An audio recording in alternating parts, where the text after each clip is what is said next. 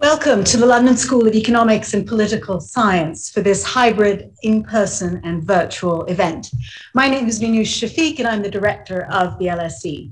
This event is being hosted by the LSE's Grantham Research Institute on Climate Change and the Environment, and I'm really pleased to welcome our audience in the room as well as everyone who's joining us online. Our speaker today gave a major public speech at Kew Gardens this past July to mark 100 days before the opening of the 2021 United Nations Climate Change Conference in Glasgow, known as Cop26. Today, on the eve of the conference, he makes his final public speech before it opens this weekend. And we're looking forward to hearing his thoughts on where the world stands heading into the summit. Of course, it's an irony that those who have the longest lists of accomplishments need no introduction. Nevertheless, I feel the need to say a few words. John Kerry's lifetime of service to his country and humanity has seen him intimately involved with virtually every important issue in international relations in the past 50 years. He currently serves as the inaugural United States Special Presidential Envoy for Climate and was sworn in on President Biden's first day in office in January this year, reflecting the importance the administration gave to that role. He previously served as the 68th Secretary of State, the US's chief diplomat between 2013 and 2017, and this followed nearly 30 years serving as the representative in the Senate for the state of Massachusetts, where he was chairman of the Senate committees on small business and foreign relations. He was the nominee for the Democratic Party for president in the 2004 election. His career in public life, though, began even earlier than serving in elective office, as he served first with distinction in the US Navy and then as prominent activist against the Vietnam War and for the interests of military veterans. Secretary Kerry will speak for about 30 minutes and then we'll take part in a conversation with our very own Professor Lord Nick Stern, the chair of the Grantham Institute. This will be followed by questions and answers with the audience, and we will run a bit over since we're starting a little bit late. For those following this event on Twitter, the hashtag for today is hashtag LSE John Kerry. This event will be recorded and made available as a podcast afterwards. As usual, there'll be a chance to pose your questions at the end. And for our online audience, you can submit your questions through the Q&A function on your screen. And for those who are present, you can do it in the old-fashioned way by raising your hand and Nick will acknowledge you. We'll try and get as many questions from the audience as we possibly can. So now let me turn to the main event, and I'd like to invite Secretary Kerry to come up to the lectern to deliver his remarks.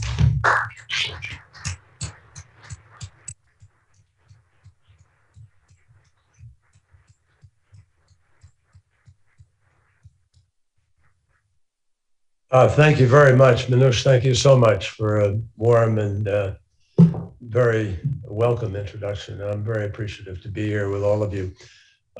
Nick, Sir Nick, my good friend for many years now. It's wonderful to be here. I see you all appropriately socially distanced. Thank you.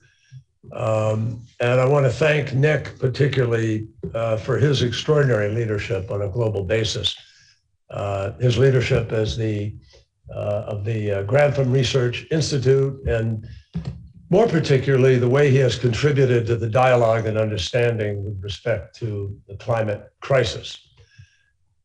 It's also special for me to come back here to LSE. I'm proud to tell you my daughter, Vanessa, now CEO of a global health initiative, earned her master's degree here, which also means, I suppose, that she played hooky at the George. I respect enormously LSE. In fact, I thought about being able to come here, and then I got wrapped up in the anti-war movement, Vietnam in the 1960s. 70s, but for 126 years, this terrific institution and its students have lived up to your motto, which is basically you haven't just looked into the causes of things, you've sought solutions to them. And in many cases, LSE graduates are making that kind of contribution around the world. Let's be clear, the time for debating the causes of climate change is long over. And the time for action is also long overdue. And needless to say, the stakes could not be higher. Nick Stern knows this as well as anybody in the world. He literally wrote the book on the real costs of climate change. And as he summed up this week in an op-ed on this challenge, he said, economists have grossly undervalued the lives of young people, your lives, your livelihoods, your ability to count on the barest of bare minimums and the right to live on a habitable planet. So think about that. I'm sure you do on a regular basis. But this morning, let's think about it in the context of Glasgow. That's why I came here today, 4 days before what's known as Cop26, the Conference of the Parties, the 26th, one of them. I came here to try to provide some context for our meeting as we read the mumbo jumbo and hurly-burly of the back and forth in the media with some quick judgments. I want to make it clear where we stand at this decisive moment in this decisive decade. Now, I had the privilege of being in Rio, 1992, for the very first Earth Summit, which created the COP process itself. The journey from Rio to Kyoto to Paris and now Glasgow has taught me many things, folks. But above all, it has taught me that success in the climate fight is defined not by words alone, but by actions that they inspire. Glasgow has already summoned more climate ambition than the world has ever seen. And in that regard, Glasgow has already achieved success. I suppose there's a critical question. Is all the world fully aligned with what science says we must do to avoid the worst consequences of the climate crisis? In 2 words, not yet. But more countries than ever before are stepping up. In the course of public life, my friends, you will learn this, those of you who pursue it, you're called on to make a lot of choices every day. Some are hard, where the costs and benefits are really closely balanced. This, my friends, is not a hard choice. Addressing the climate crisis is the only choice. And in every way, the cost of inaction is far greater than the cost of action. A little history is important here. 6 years ago in Paris, we came together, 195 nations strong, to commit to hold the Earth's temperature rise to well below 2 degrees Celsius and to pursue efforts that limit that rise to 1.5 degrees. At the time of Paris, the world was already on track to hit up to 4 degrees or more of warming on this planet. And yes, the Paris Agreement did pull us back from the brink, and it gave the world a second chance to be able to save ourselves. But Paris always contemplated the reconvening in order to raise ambition as circumstances warranted. Each nation in Paris wrote its own plan, its own contribution, its own definition of what it would do to reduce emissions. And those nationally determined contributions, NDCs as we call them in the parlance of the COP, they were a huge improvement on where we had been. They reflected the initial commitments, the first time that the world really succeeded in coming together in Paris to put together a set of plans. Paris set forth mechanisms to regularly review our progress. And while the NDCs offered then did not yet add up to reach the Paris temperature goal, they did send an important signal to the marketplace that 195 nations were simultaneously going to move in the same direction. And for the first time in modern history, more investment went into renewable energy than went into fossil fuels. In 2016, folks, we thought we were off and running. Then a year later, the next president of the United States just plain pulled out of the agreement. The UK, the EU, and other countries filled the breach, as did mayors and governments in my country. And the world owes all of them a debt of gratitude. But now, we must significantly accelerate our efforts. That is a judgment not of me, or President Biden, or of anybody in politics. It's the judgment of the best science and mathematics. That's what this is about. Not ideology, not politics. It's about mathematics and physics. And according to the most recent report from the scientists at the United Nations, Intergovernmental Panel on Climate Change, so-called IPCC, devastating consequences await us if global temperature rises above 1.5 degrees or even continues on the track it's been on until we've put forward new plans. Devastating consequences follow if we exceed the 1.5 degrees, and we are now already just about at 1.2. So my friends, I want you to know the United States is fully and deeply invested in accelerating our efforts while there is still time. President Biden has initiated an all-of-government effort to meet this challenge. Every department, every agency, every cabinet official is at the table. The president knows, and you know, that we're no longer talking about impacts in the future. We no longer need scientists to tell us what will happen because we're seeing it happen now already, and we see it for ourselves. Here in the UK, in July, the Met Office issued its first ever extreme heat warning as a deadly heat wave took hold on the nation. In Germany, unprecedented floods killed almost 200 people and swept away homes and bridges.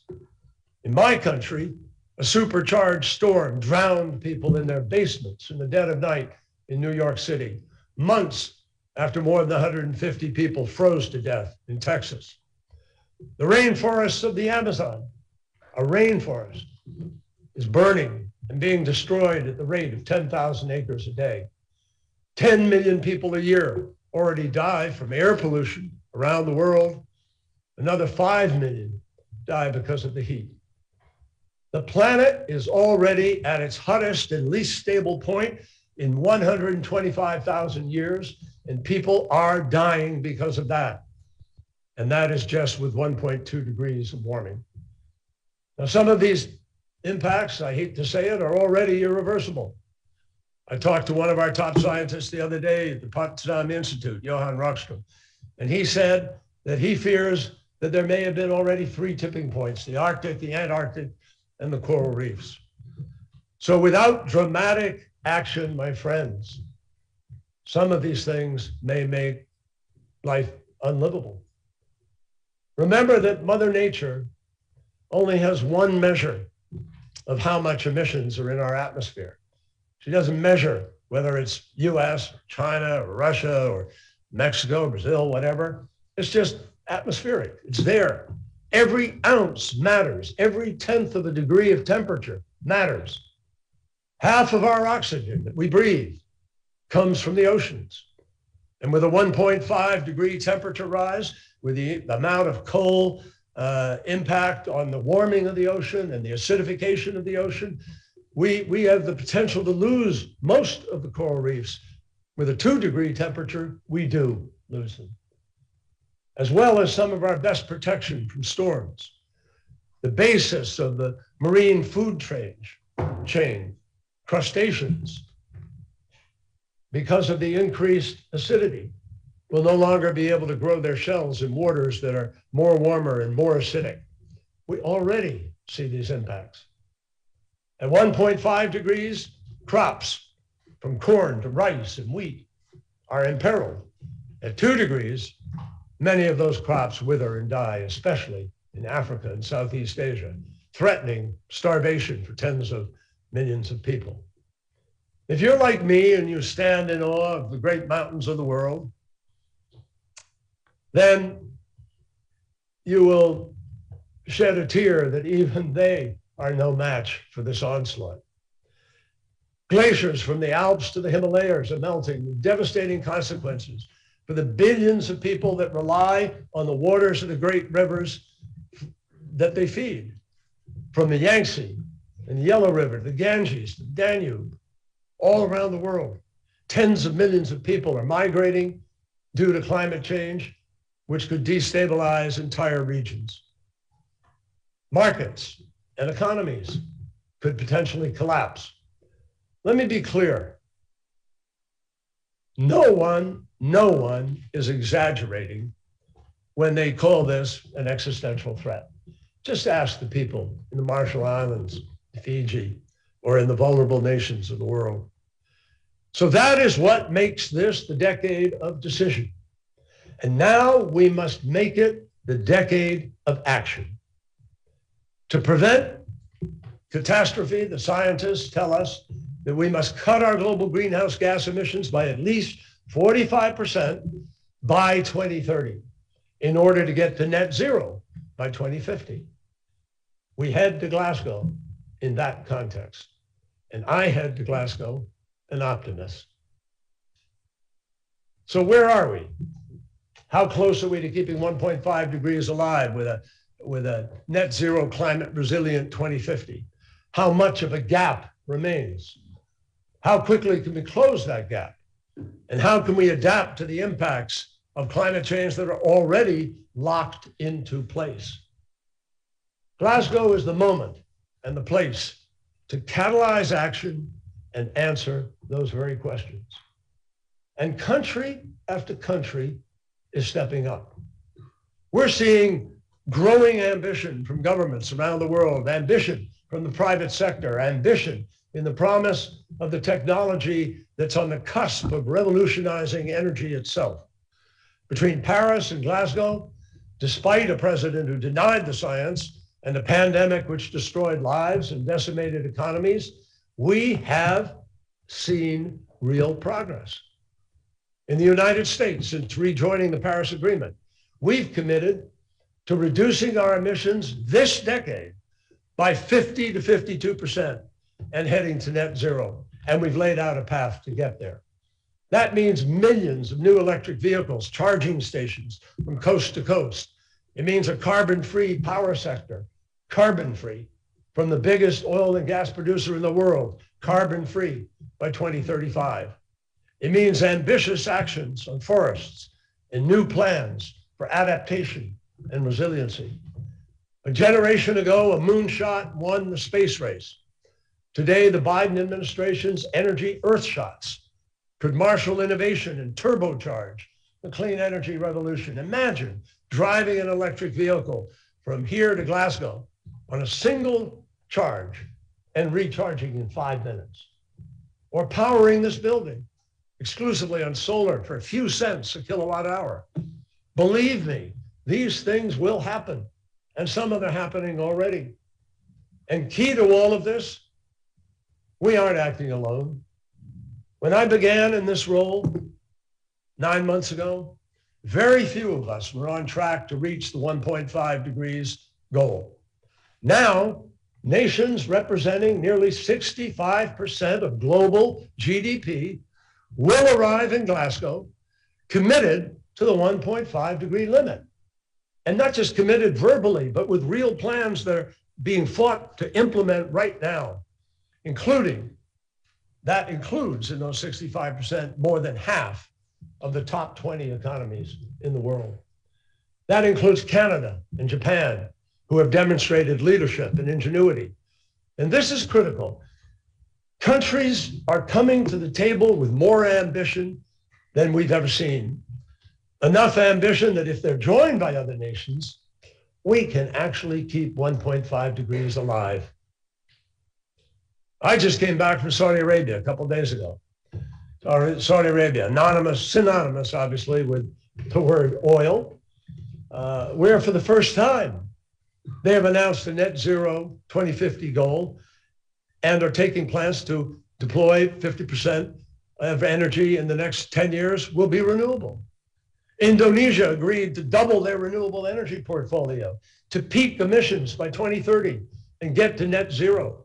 South Africa has proposed to meet 1.5 degrees by retiring their old, outdated coal plants and replacing them with renewable energy, all while modeling how to manage a just transition that doesn't leave people behind. Mexico now is committed to substantial renewable deployment and will raise the ambition of their NDC beginning next year. I visited there a few days ago with the president, and he turned around from an oil-based energy plan into this broader renewable commitment. India, the third largest emitter in the world, has set a renewable energy goal through Prime Minister Modi of deploying 450 gigawatts of renewable energy. And we, the United States, have formed a partnership with India in order to help achieve this goal.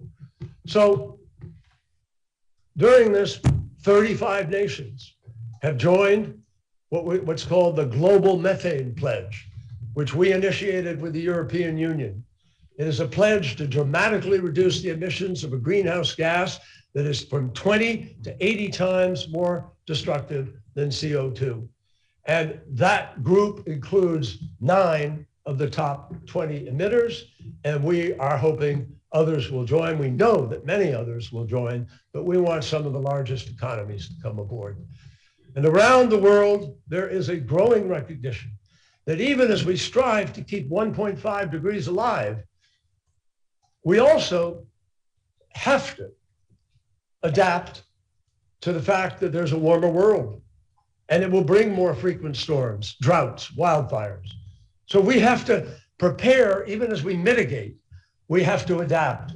We have to prepare and be resilient to those threats that are coming at us. And adaptation does save countless lives and livelihoods. It also makes plain old economic sense, folks.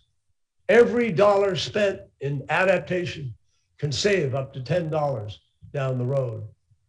In Mexico, they have identified and designated water reserves in their river basins in order to protect drinking water for 45 million residents. In India, after deadly heat waves, they're painting roofs white in order to reflect more of the sun's heat and cool homes. The Africa Finance Corporation is ensuring ports, roads, bridges, and rail on that continent can withstand the changes and the storms that are to come. And we, the United States, are committed to working with these nations that did not cause this problem, but will suffer some of the worst consequences.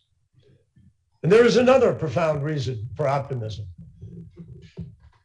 I know there's an automatic kind of suspicion of business. I understand that. But I can tell you with certainty that more and more businesses around the world are joining this fight. Around the world, a revolution has taken place in boardrooms. Just look at what happened with ExxonMobil. Look at the court decision in Germany, the court decision in the Netherlands. Environment, social, and governance. Those considerations are at the corporate boardroom table. And corporate leadership in many places is now requiring investment in the environment. Shareholders are demanding that their companies be part of the solution. And those investments are paying off, including in automotive, aviation, and heavy industry. I met a guy who leads one of the largest, he's the head of the largest cement factory in the world. He's making green cement. But he tells me people are buying not because it's green, but because it's better cement. That's the kind of evolution that we're going to see here in the marketplace. The highest valued auto company in the world, folks, Tesla, The only vehicle it makes are electric vehicles. That's a statement about what people want. The first carbon-free steel was just shipped from Sweden. Volvo just built a fossil-free steel dump truck with many more to come. Air Liquide just announced a new renewable hydrogen plant that would bring zero-emission hydrogen to the West Coast market in the United States. LinkedIn says jobs in the renewable and environment sector will soon outnumber traditional energy jobs on their platform. Last year, wind and solar accounted for 90% of new electricity capacity in the world. Think about that. 90% of all the new electricity produced in the world, renewable. Already, renewable energy is the cheapest energy available, and the costs are beginning to fall. I just learned in Saudi Arabia about a contract they're letting for solar at about 1 point some cents. I forget the exact, 1.9 cents or so. The energy market per kilowatt hour. The energy market is the largest the world has ever known. Think about that. I look at the tech industry that drove Massachusetts's rise in the 1990s, small compared to this energy market. The energy market has 4.5 to 5 billion users today, and it's going up to 9 billion users in this century. But implementing the changes I'm talking about requires investment. And understand something clearly, please. We need to deal in trillions, not billions. The UN finance report says that we need to quadruple investment in this transition from 2.6 trillion up to 4 point some trillion every year in clean energy in order to meet our goals. We all understand too, and this cannot be underscored enough. As much as you may want all of this to happen tomorrow, and it has to happen, certainly a whole bunch of it in the next 10 years, no government on earth can fill this gap alone. It can only happen because no government on earth has enough money. It can only happen with the full participation of the private sector. And we are making great strides in this area. On Tuesday, the EU sold its first ever green bond to investors. They raised some 12 billion euros in an offering that was oversubscribed 11-fold. This year, 6 leading US banks committed that they will invest a floor of $4 trillion over the course of the next 10 years, and they'll put it into this transformation just in this decade. A group of banking alliances will head to Glasgow, and in Glasgow, they will announce that they represent $85 trillion, and they are prepared to invest heavily in the energy sector in order to accelerate this transition. A key to winning this battle is deploying those trillions of dollars rapidly and effectively. And that means new blended finance mechanisms. It means de-risking certain deals so money is not scared to come to the table. It means capital allocation that is smart and progressive and forward-leaning. Just think about what a huge economic opportunity this moment is. Biggest transformation since the Industrial Revolution. As an activist, and then as a US Senator, the early climate movement that I knew, and it's one of the first things I became involved in, Earth Day, 1970, the first one. The environment movement I knew then, and over many years, was bogged down by private sector resistance and by all the familiar accusations that costs of action were prohibitive.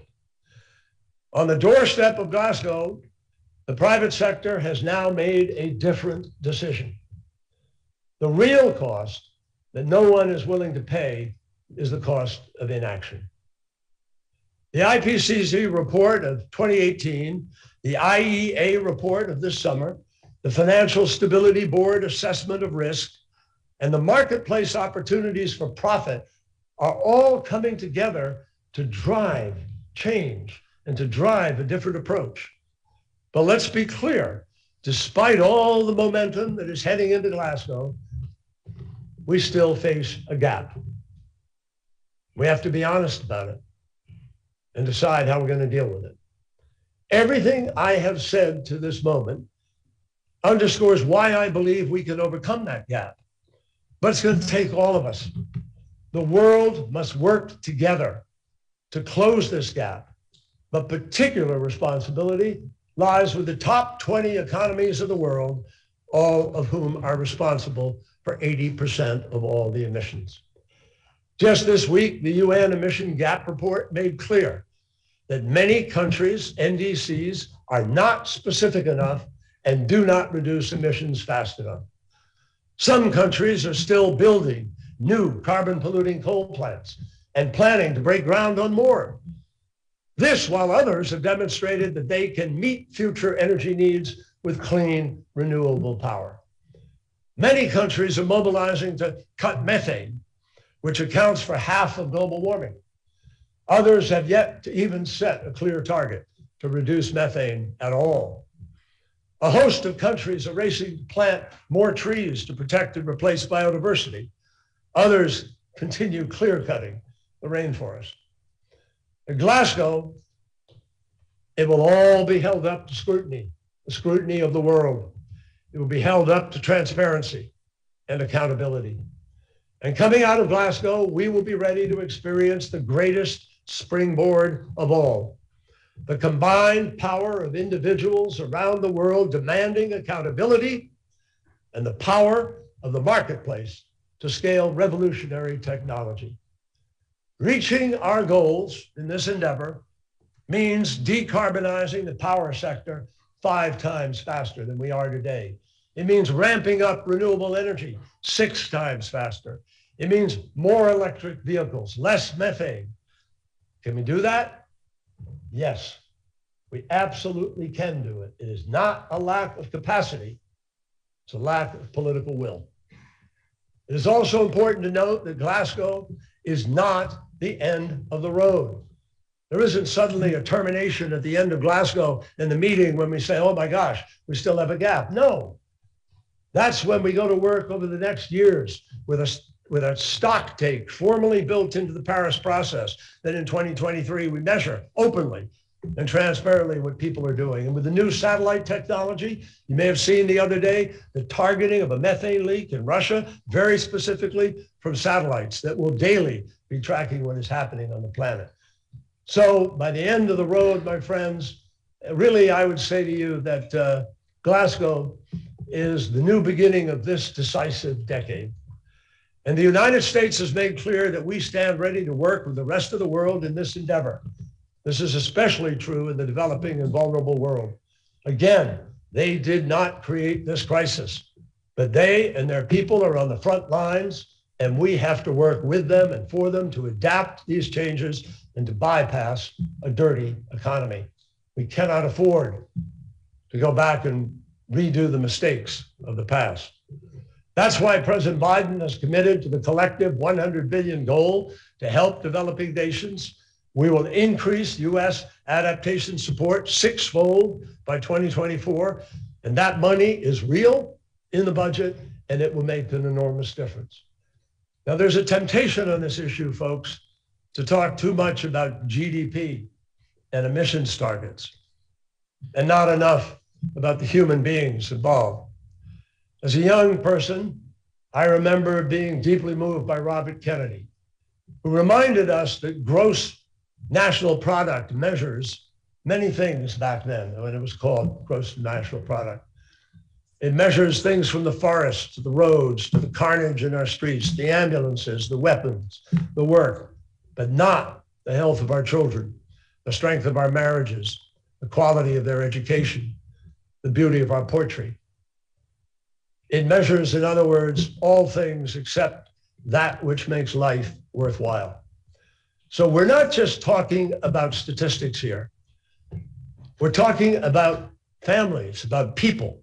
We're talking about parents and children and neighbors and friends, and their lives have to matter to everybody else on the planet. That is what we mean when we talk about a just transition. Without equitable, inclusive adaptation plans by 2030, 150 million people a year may need international humanitarian assistance as a result of climate-related disasters. With those plans, however, we can cut that number to perhaps 10 million, which is too many, but 10 million by 2050. And ultimately, it really all comes back to you, the next generation of global citizens. I remember being a young activist. I remember having doors slammed in my face. I remember hearing no. I remember being told to wait my turn. I remember being told that those in power were glad to have my input, and they'd take it from there, and then they did nothing. Just the other week, I talked to one of the climate activists participating in the hunger strike outside the White House, and he told me that they're angry, fed up with a system that they see is not moving fast enough, tired of empty words and broken promises. And I know people all over the world feel that way, and they should. I told him he was right to be angry. We should all be angry. But I also believe this momentum we are seeing is real and meaningful and growable. I know that you and your voices and your actions are already making a difference, but I also know you can do more. Next week in Glasgow, we have the chance to win a victory for the next century, for life on this planet. And then we'll have to get up every single day and win it again until the work of this decisive decade is decidedly done. The day after Glasgow, we need you to keep this fight going. And together, my friends, let's get this done. It's doable. Thank you.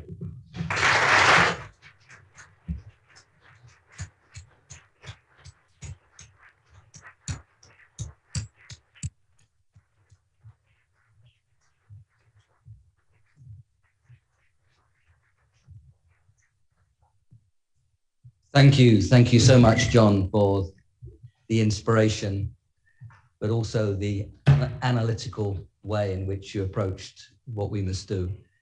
We must keep to 1.5. We can, as you laid out so clearly. And it's more than that. As we build in a different way, grow in a different way, develop in a different way, it's just going to be a much more attractive place to be. You know, cities where we can move and breathe, and ecosystems which are robust and fruitful. But as you emphasized so clearly and strongly, we have to invest and innovate to get there. It is a much better way, but we have to make it happen, and it's investment and innovation and a just transition and building a resilient world. And it was crystal clear, John, so thank you. Thank you so much for that. And you picked up very strongly and showed in the numbers and the way you expressed it, the momentum that we now have. And Paris was a changing moment. And particularly in the last 3 years or so, that momentum has built. And you described how country after country now, covering the big majority of emissions, is dedicated to net zero. And in our work here at the LSE, Transition Pathways Initiative, we reckon something close to half the assets under management in the world. Of course, that's only some of the assets, sometimes half the assets under management in the world are also committed.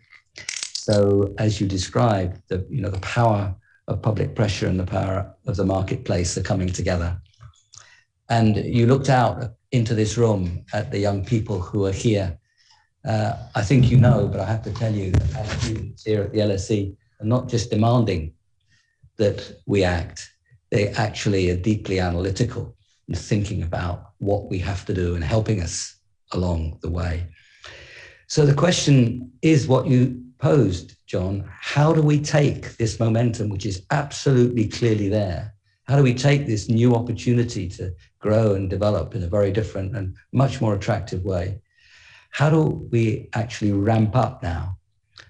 So in Glasgow, there'll be commitments, but they won't actually close the gap in terms of emissions reductions in this decade.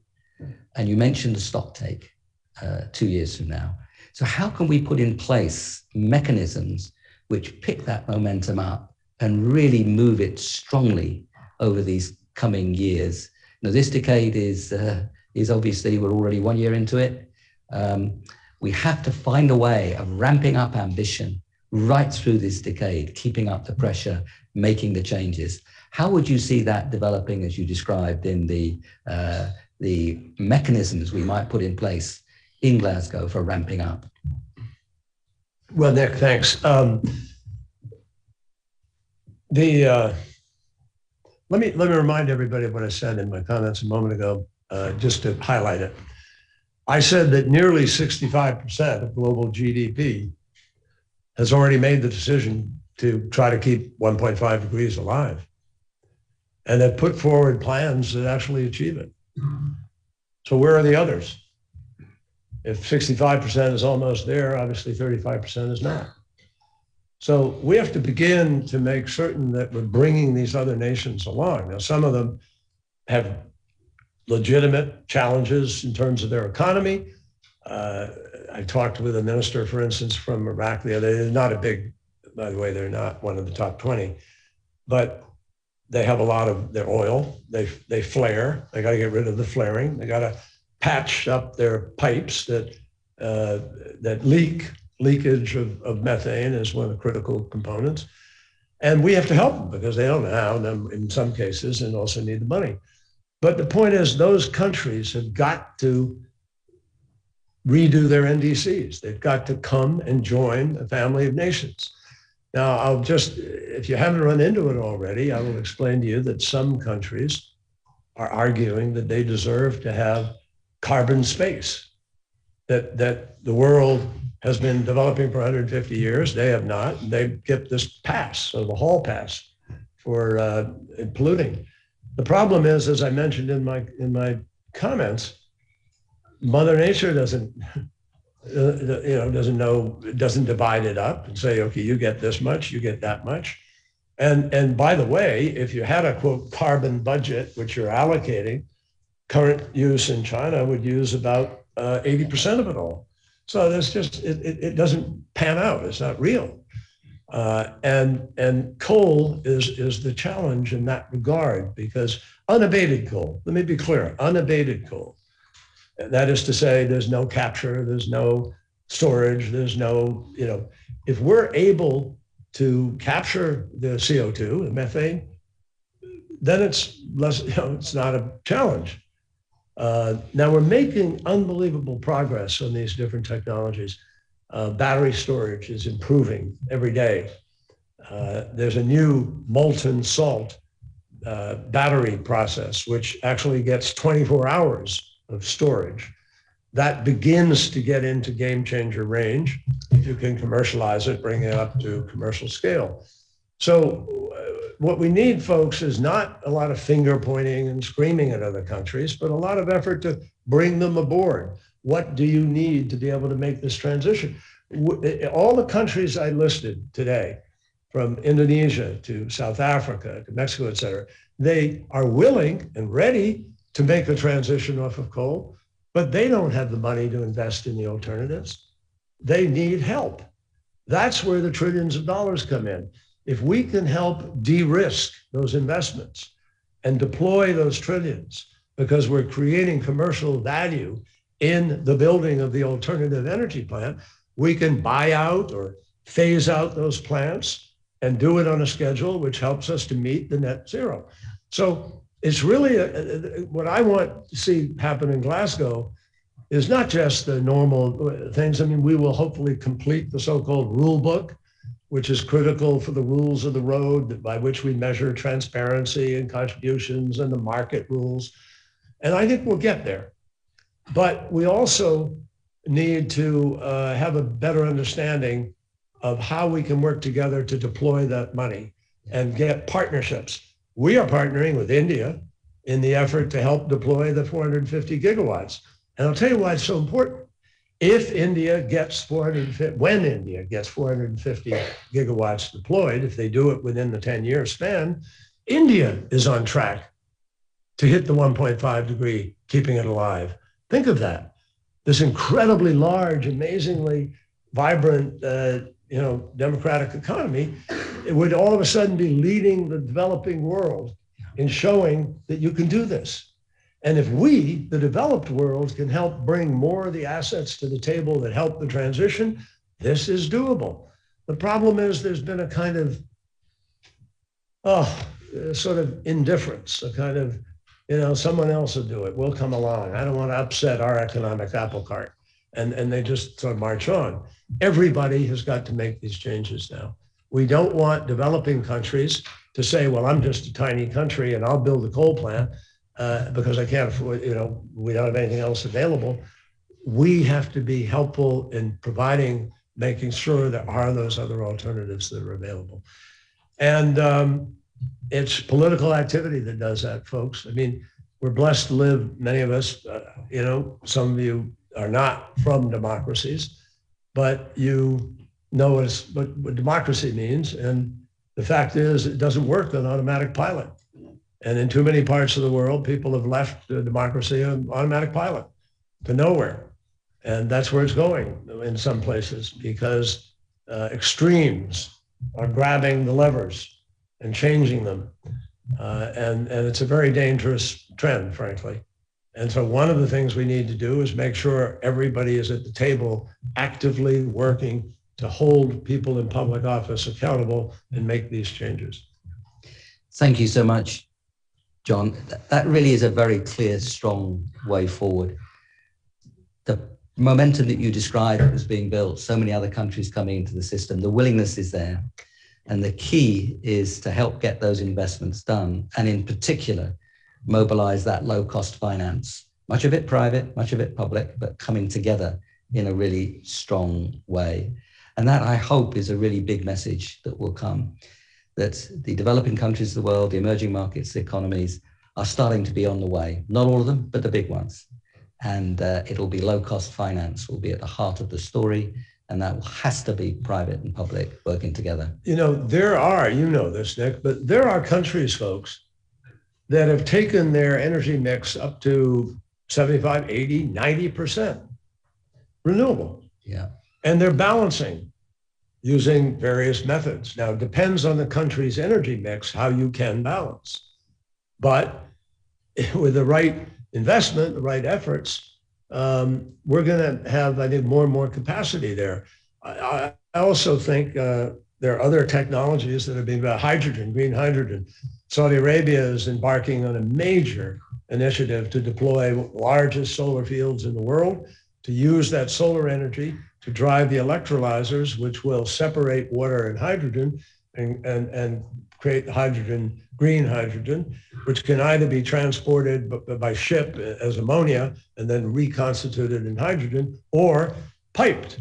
And one of the things that could happen is pipelines going underneath the Mediterranean through Greece and Italy and helping to fuel Europe. So, these are not just sketches of the imagination now. These are real things that people are investing money in and driving innovation for. Yeah. And storage, likewise. You get a week of storage, folks, it's Katie bar the door. That's victory. Because then you're not worried about base load. The factories won't shut. The homes won't be without power. And that's something that you always hear from people in public service and public life. They don't want everybody coming at them because you can't heat your home at night and you have erratic provision of power. So how you provide steady power is a component of the equation here. Absolutely. In those of you who are watching Glasgow will know that there'll be 4 technological areas where we're looking for so-called Glasgow breakthroughs, and it will be road transport, it'll be steel, it'll be hydrogen, 3 of those 4 Glasgow breakthrough areas. So that is something where I think we'll see the technological stories and descriptions, analyses that you've been offering come through in Glasgow itself. Now, can I offer one other exciting 30 seconds? Yeah. Big companies are now joining us in something we've created called the First Mover Coalition. And DHL, for instance, United Airlines, largest cement manufacturer in the world, which I mentioned, they are now going to send signals to the marketplace that they are prepared to buy X amount of green steel. Volvo, for instance, is saying we're going to build X amount of cars we're going to have with green steel. all of a sudden the green steel market, those guys can say, well, I know I can sell my product. I'm going to do it. And so they invest because there is a green premium. You pay more for it, but ultimately it's going to come down. And in the products that are produced out of this, it doesn't pass on in a big way to the consumer. So it may cost more for the producer, but through the supply chain, the price really comes down to pennies, cents at the retail level. That's why international collaboration, one of the many reasons international collaboration is so important, because you get the economies of scale and you get the right expectations of the direction of investment, and together they really drive it forward. Now, John, there are lots of people who want to ask you questions. I'm going to take a couple of questions from the floor in a good old-fashioned way of people raising their hands. It's so wonderful to be in a room where people can raise their hands and indicate, and they're not just sort of pushing a button on Zoom. And then Bob Ward over here will have one or two questions from the people, the many, many people who are watching virtually. So what I'm going to do is I'm going to take 3 from the floor, and that's probably all we'll have time for. And then if I could, I'll put those to you as one block, and then we'll ask Bob Ward over there to come with some others. First one, lady at the front here, please.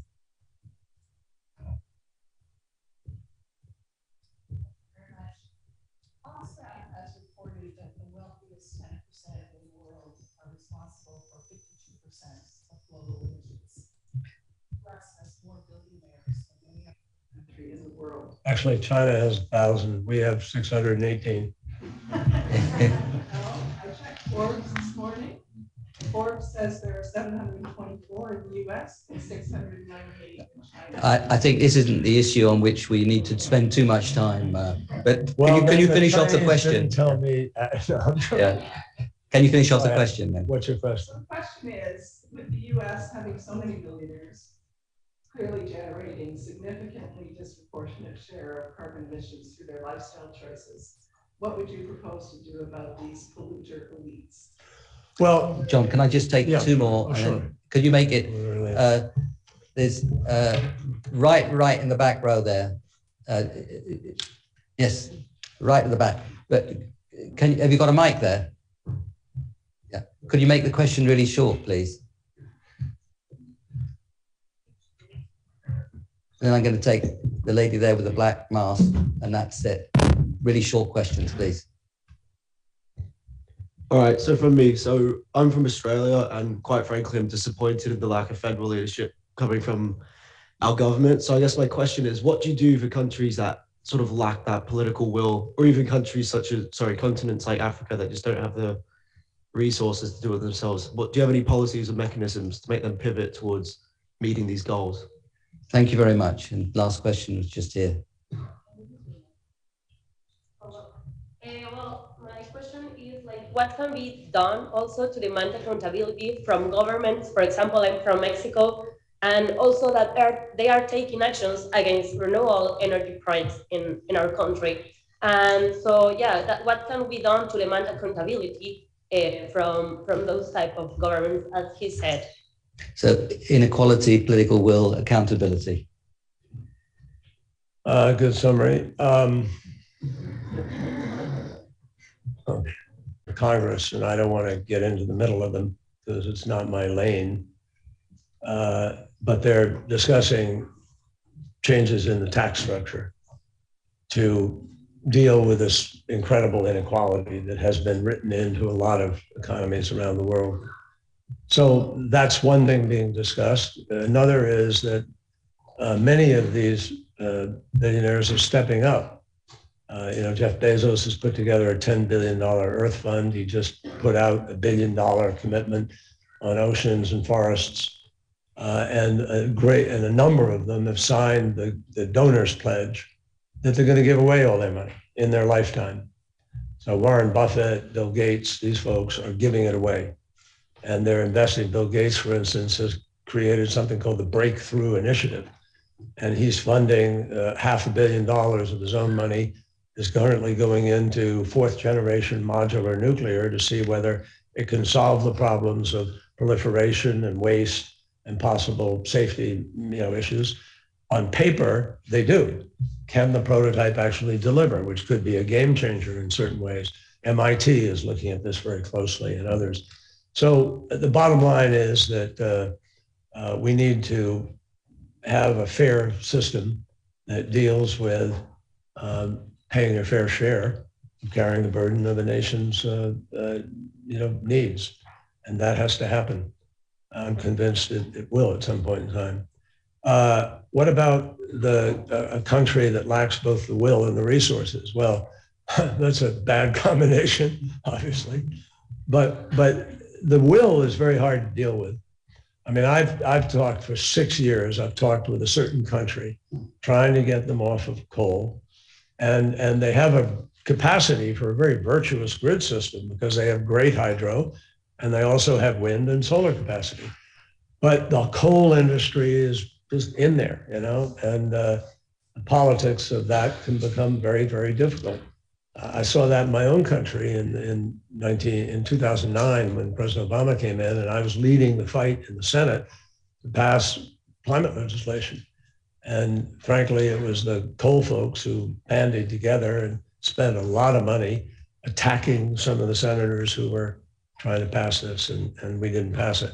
So you really have to persuade people to have the will to do it.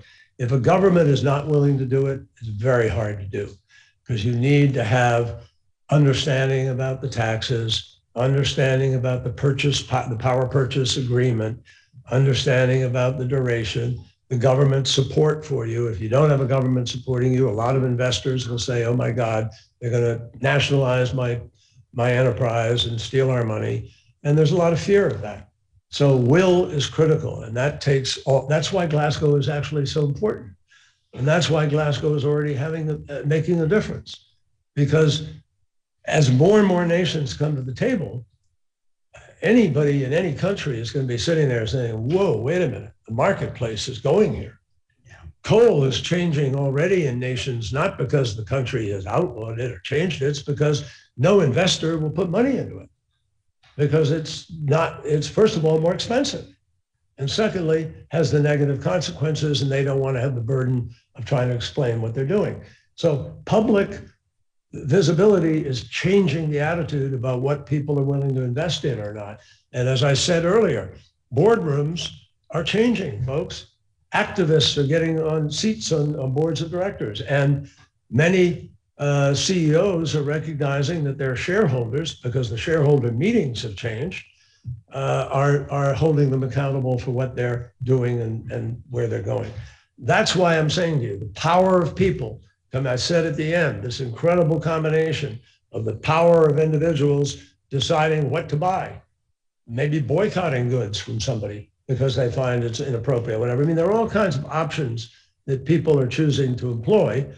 The bottom line is people have got to be active in creating accountability, and the business world is already deeply invested in this. And a lot of economies are going to quickly learn, as I'm sure Nick tells everybody, the race for the new technologies is going to result in unbelievable numbers of new jobs, and a lot of money is going to be made by people who do invest in these new technologies. So whether it's batteries or direct air capture or carbon capture and utilization and storage or hydrogen fuel or sustainable aviation fuel, the markets are there. The demand may not be completely, but the demand is going to come very quickly as it is created by the first mover coalition, by tax benefits. I hope we will ultimately, I think, we're looking at production tax credit, investment tax credits. That really does impact the allocation of capital. So I see a lot of things happening that will have an effect on the willpower of governments. Governments would realize, we better get our act together if we want to be part of the economic future and deliver to our people. And then finally, what about countries that you don't have the accountability and their problems and you can't move them? That's harder. I mean, let's just be honest about it. You can finger a lot of countries around the world where People have been fighting corruption and fighting accountability for some period of time. You just have to stay at it. I just can't tell you enough how I've seen things change dramatically in 1 or 2 years. It'll surprise you. All of a sudden there's an election, somebody's thrown out and somebody comes in and boom, that country is moving in a different direction. You have to stay at it. And even where you have authoritarian governments, they change, things happen. And I think the global level of accountability is going to be growing around this issue, and people will oppose it at their great risk of staying in power and staying in office. Thank you, John. I'm afraid we're out of time. I have to apologize profusely to those who are online who didn't get a chance to put their questions. Bob, would you be able to send some key synthesis of the questions to Senator John Kerry and his team? Maybe there are 96 questions. That might be a bit of a challenge. Okay. But I mean, your powers of synthesis, this is the LSE, I'm sure you can distill. If you could pass those to the team. But it's for me, John, to thank you. Thank you for your leadership for more than half a century on these issues. Thank you for being the proud father of an LSE alumna and coming in that capacity too. But above all, in your leadership over these recent decades on climate itself. It's meant so much to the world. Can't tell you how much we cheered when your appointment came through. It wasn't a surprise, but nevertheless, when your appointment came through on the very first day of the presidency of President Biden, your leadership has just been fundamental to the building of the momentum that we now see. There's a long way to go, and you have to stay around for a while, and I'm sure that you will, and lead us right through this decade. Thank you so much, John, for being here today. Thank you all.